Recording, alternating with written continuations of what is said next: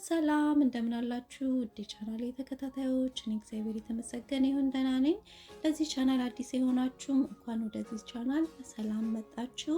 ዛሬ አብረን የምናዘጋጀው የብርቱካን ኬክ ነው። ለመስራት ቀላል የሆነ ጣፋጭ የሆነ የብርቱካን ኬክ እንቁላል፣ ወተት፣ ቅቤ ሳንጠቀም ይሄን የመሰለ ቆንጆ ኬክ እናዘጋጃለን። ለመክሰስ ወይም ለቁርስ የሚሆን ነው። ትወዱታላችሁ። አብራችሁን ቆዩ። ለመስራት ተጠቀምኳቸው ግማሽ ኩባያ የብርቱካን ጭማቂ፣ 3 የሾርባ ማንኪያ ዘይት፣ 1 የሻይ ማንኪያ የብርቱካን ፍቅፋቂ የላይኛው ክፍል፣ 1 ኩባያ የፍርኖ ዱቄት፣ 1/3 ኩባያ ስኳር፣ 1 የሻይ ማንኪያ ቤኪንግ ፓውደር ናቸው። ጎድጓዳ ሳህን ውስጥ የብርቱካን ፍቅፋቂውን እናደርጋለን። የብርቱካን ጭማቂውንም እናደርጋለን። ዘይቱን እንዲሁም ደግሞ ስኳሩን እንጨምርና በደንብ አድርገን እናዋህደዋለን።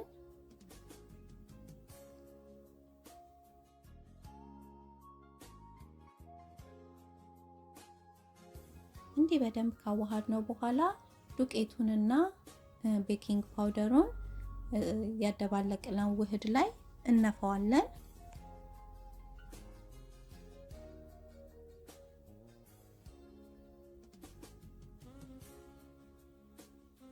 ከዛም አብረን በደንብ አድርገን እናዋህደዋለን።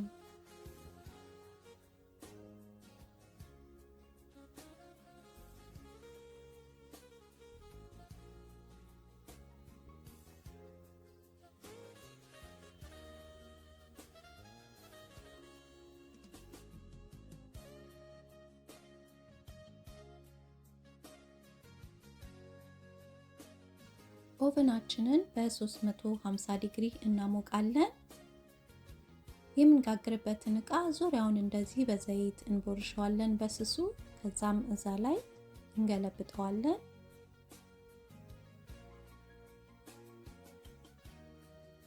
ከዛም እንደዚህ አድርገን በስፓቹላው እናስተካክለዋለን ማለት ነው፣ በሁሉም በኩል እኩል እንዲሆንልን። ከዛም አየሩ እንዲወጣ መታ መታ እናደርገውና ኦቨን ለ40 ደቂቃ እናስገባዋለን። እሺ ለ40 ደቂቃ አብስዬው ይሄው እንዲህ እንደምታዩት ቆንጆ ሆኖ በስሏል። አሁን አውጥቼው ትንሽ ቀዝቀዝ ብሎ ነው። እንቆርሰውና ደግሞ ውስጡን እናየዋለን።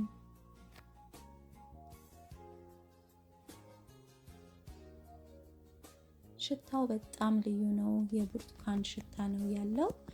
ያው የብርቱካን ፍቅፋቂው የላዩን ኦሬንጁ ክፍል ብቻ ነው እያዟዟርን የምንፈቀፍቀው